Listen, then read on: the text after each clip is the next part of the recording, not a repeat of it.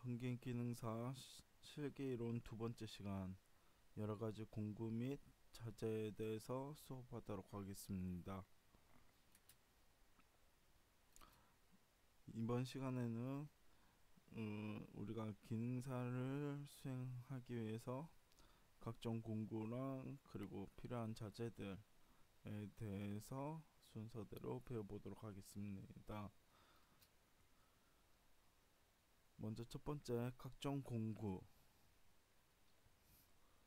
첫 번째로 이제 필요한 공구가 드라이버인데, 드라이버 같은 경우에는 이제 이렇게 생긴 드라이버가 가장 많이 쓰이고 있고요.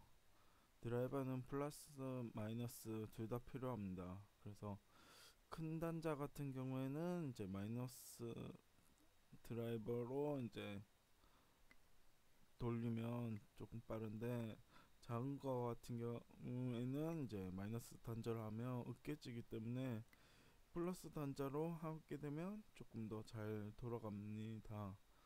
하지만 기술이 숙달된 후에는 충전 드릴을 사용하면 조금 더 편리합니다. 충전 드릴 같은 경우에는 사용 전에 이제 반드시 충전 상태를 확인하고 장갑을 준비해서 사용해야 합니다.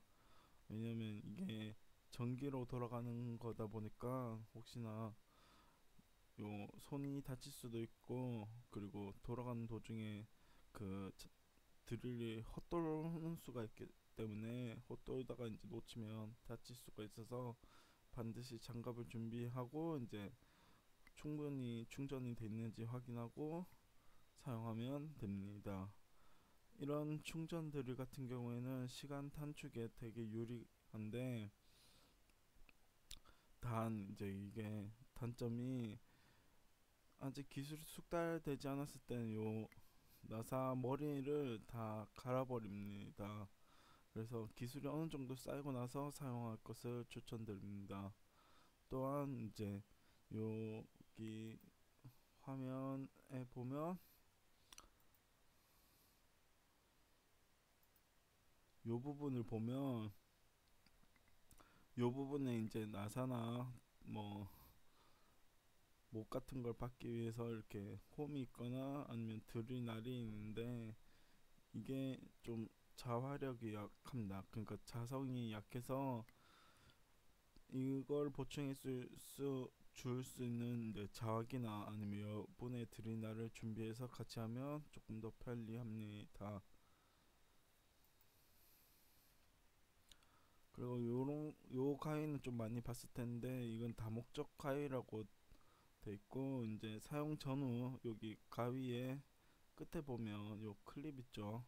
안전 클립을 이제 반드시 걸어둬서 날이 벌어져서 여기 가위 날에 닿지 않도록 늘 확인해야 합니다. 요 가위 같은 경우에는 일반 가위랑 다르게 좀 힘이 세서 이제 얇은 전선을 여러 개를 자르거나 아니면 피복을 벗기는데 시간을 조금 많이 줄입니다. 그리고 피관이라고, 여러분 그 관 중에서 주름관 말고 이제 딱딱한 게 있죠. 그 딱딱한 거는 이렇게 좀 자르기가 힘든데, 요거 다목적 가위로 한번 흠집 내놓고 한 바퀴 돌려버리면 그래도 무난하게 자를 수가 있습니다. 그래서 이런 다목적 가위가 좀 필요하고요.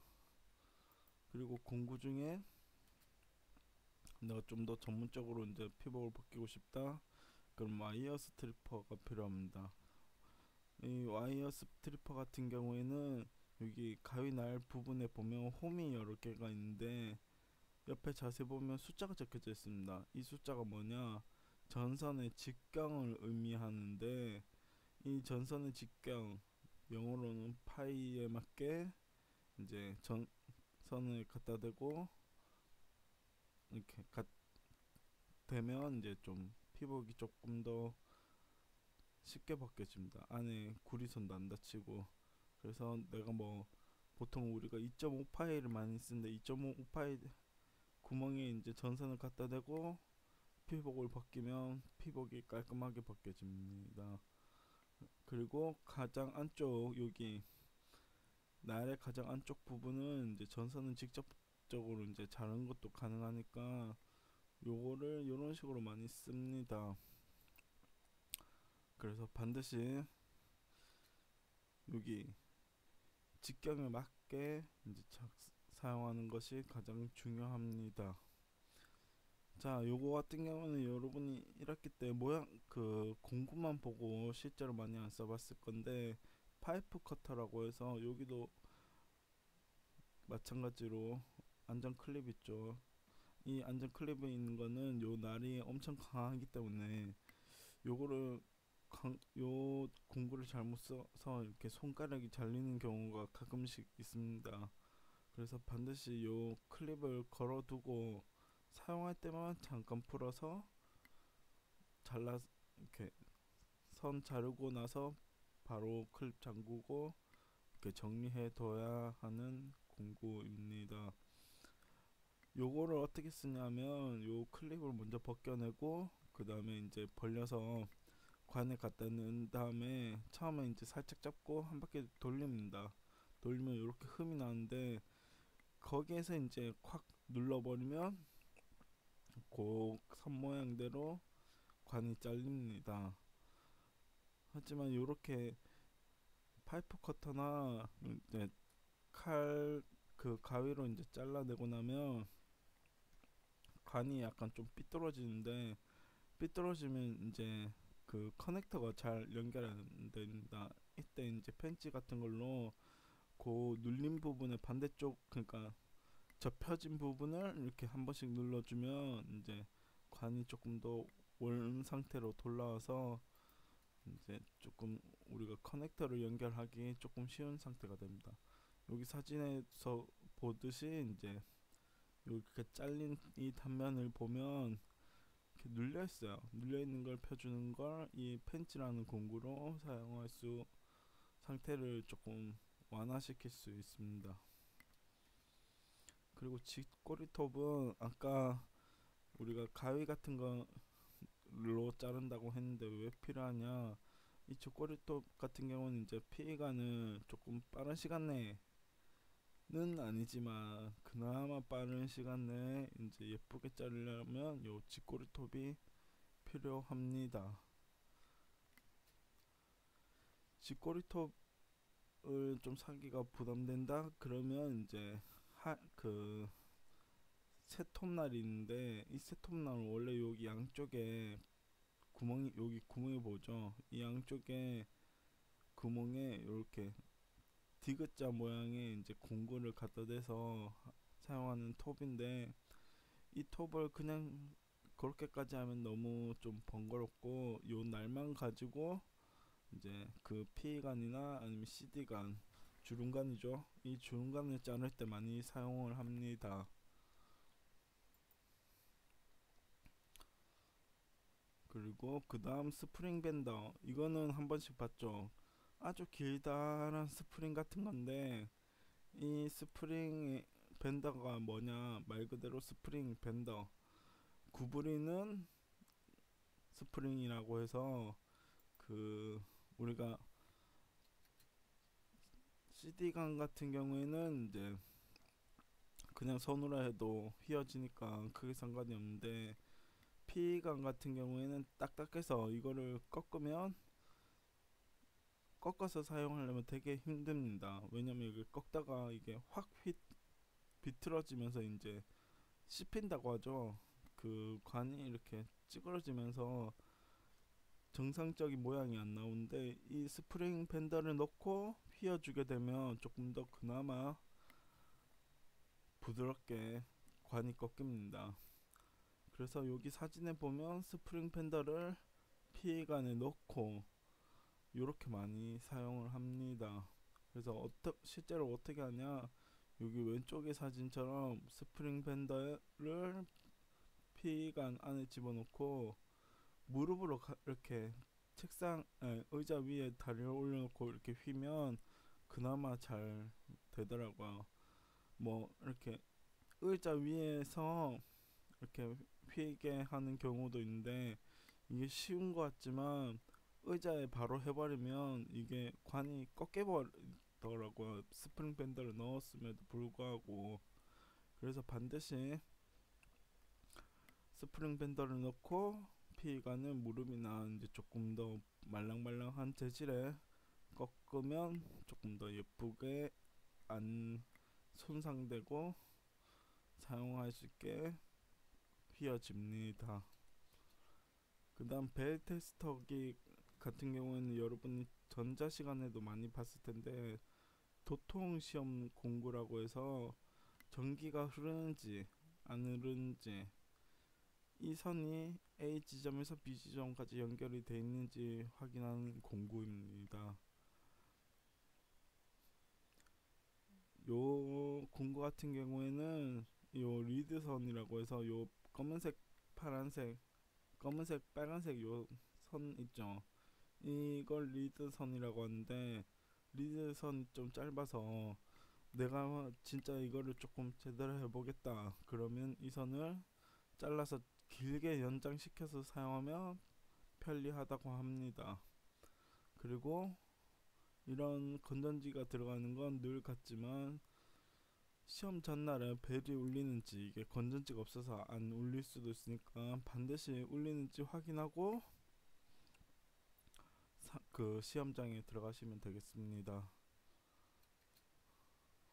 요거 같은 경우에는 이제 우리 1학년 때도 봤겠지만, 우리가 전기, 전압, 그 전류, 그리고 마지막으로 저항까지 측정해주는 멀티미터입니다. 멀티미터 같은 경우에는 이제 교류를 측정하는 걸 지원하는데, 우리가 시험 때는 그렇게 잘 쓰진 않지만 내가 좀 더 정확하게 시험을 보겠다, 또는 이제 내성공사 이제 실무를 하면서 이제 정확한 측정을 통해서 하겠다 하면 이때 이 멀티미터가 필요할 겁니다. 요걸 꽂아서 이제 사진처럼 가운데 커먼 공통 단자를 집어넣고 양쪽에 이제 맞는 전압을 해야 하는데, 보통 그 가운데 이렇게 네 개가 배치가 됐다 첫 번째, 두 번째쯤이 이제 교류 단자더라고요. 그래서 내가 원하는 측정하는 범위의 전압에 이제 이 빨간색을 꽂고, 이제 커먼 단자에 검은색을 꽂고 해서 사용하면 되는 측정기입니다. 그래서 내가 기능사를 준비한다 그러면 굳이 멀티미터보다는 이제 아까 벨 테스터기로 선이 돼 있는지 안 되는지 이런 식으로 준비해서 들어가면 좀 더 좋을 것 같습니다. 그리고 자가 있는데요. 자 같은 경우는 이제 현장에선 주로 7.5m를 사용한다. 여기 보이죠? 이 7.5m 주자를 많이 사용하는데, 7.5m를 사용하는 이유는 이제 방 안에 거리, 방 한쪽 벽을 이제 측정할 때 보통 이제 7.5m로 해야지 한두 번 안에 끝나기 때문에 7.5m를 사용한답니다. 하지만 우리는 시험 때 그렇게까지는 필요 없죠. 요 전체 큰 합판 내에서 그리는 거기 때문에 시험용으로는 5m 정도만 돼도 충분합니다. 그리고 지난 학기에 써봤겠지만 요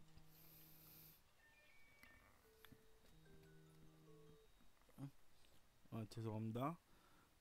시험 때 써봤겠 1학기 때 그 2학년 때 써봤겠지만 요 100m 100cm 교수형 손잡이 방한자입니다.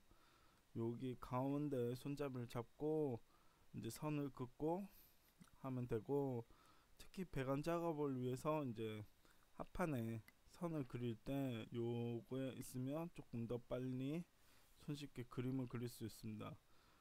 그 합판에 그린 거는 빠른 시간에 끝내야 하기 때문에 이렇게 큰 자로 한 번에 대고 그리면 조금 더 편리하겠습니다. 그리고 자화기인데요. 자화기는 이렇게 마그네틱으로 되어 있는데 자석입니다. 원통형 자석. 요 자석을 이렇게 드라이버나 아니면 드릴에 끼워서 사용하면 되고, 그리고 이런 자석에 색깔이 들어가 있는 것들이 있습니다. 이거를 색깔이 들어가 있는 거를 이제 나중에 배선 작업할 때 쓰시는 분들도 있습니다.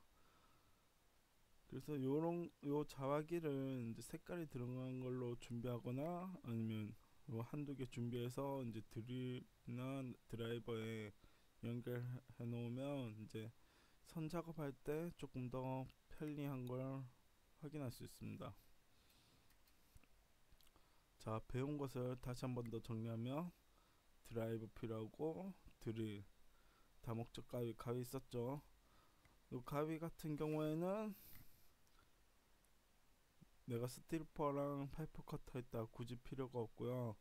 하지만 시간 단축을 위해선 필요하다. 그리고 드릴도 드라이버가 있으면 없어도 되지만 기왕이면 다 엉치 마르고 있으면 좀 더 시간을 크게 단축할 수 있다라는 거. 그리고 펜치는 이제 피간 자르고 나서 이제 안 들어갈 때 커넥터를 연결했는데 안 들어갈 때 다시 원래대로 이제 파이프 크기를 조정해주는 역할을 할 때 펜치가 필요하죠. 쥐꼬리 톱이나 세너 톱은 자를 때 그렇게 가위로 안 자르고 가위로 이제 모양 흐트러지지 않고 바로 이제 잘라내는데 좋은 데가 쥐꼬리 톱이랑 세너 톱이고, 스프링 밴더가 있어야지 피관에 안에 넣고 필 수 있다는 거. 그리고 이제 내가 배선을 잘 연결했는지 벨테스터기, 그리고 전기가 흐르는지 알아보는 멀티미터가 있어야 하고, 내가 그 합판에 이제 길이를 재기 위한 줄자도 필요하지만, 그리고 1m 이제 플라스틱 방한자로 이제 확확 끄으면서 쓸 수 있는 1m 그 플라스틱 자도 필요하고, 이제 혹시나 아까 언급됐던 드릴이나 드라이버에 이제 자성이 약하다 그러면 이제 그거를 이렇게 나사모사에 갖다 대도 잘 못 씁니다. 이거를 조금 더 개선하기 위한 자화기, 이렇게 필요했습니다. 자, 다음 시간에는 이제 요거 공구를 알아봤으니까 자재가 어떤 것들이 있는지 알아보고 이번 시간은 여기서 마치도록 하겠습니다. 이상입니다. 감사합니다.